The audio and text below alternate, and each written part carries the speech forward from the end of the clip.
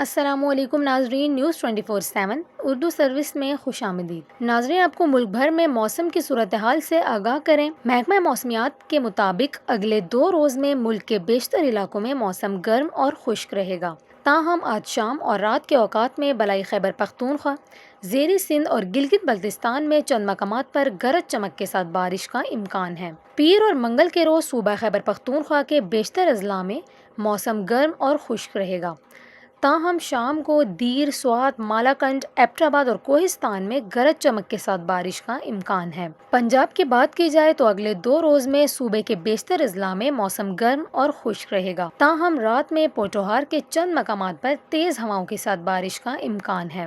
گلگت بلتستان اور کشمیر میں مطلع جزوی ابارآلود رہنے کا امکان ہے۔ اس کے علاوہ شام یا رات کو گرج چمک کے ساتھ بارش متوقع ہے۔ ناظرین، آپ کو صوبہ سندھ کے حوالے سے بتائیں تو محکمہ موسمیات کا کہنا ہے کہ اگلے 2 روز مطلع جزوی ابرآلود رہے گا۔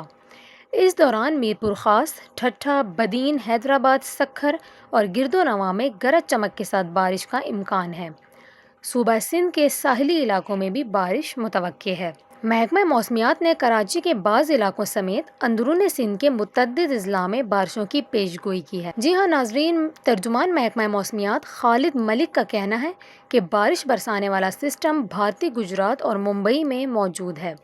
اس سسٹم کے باعث کچھ مونسون ہوائیں مشرقی سندھ میں داخل ہو گئیں، جو آئندہ 4 سے 5 روز تک موجود رہیں گی، لیکن اس کی شدت انتہائی کم ہوگی۔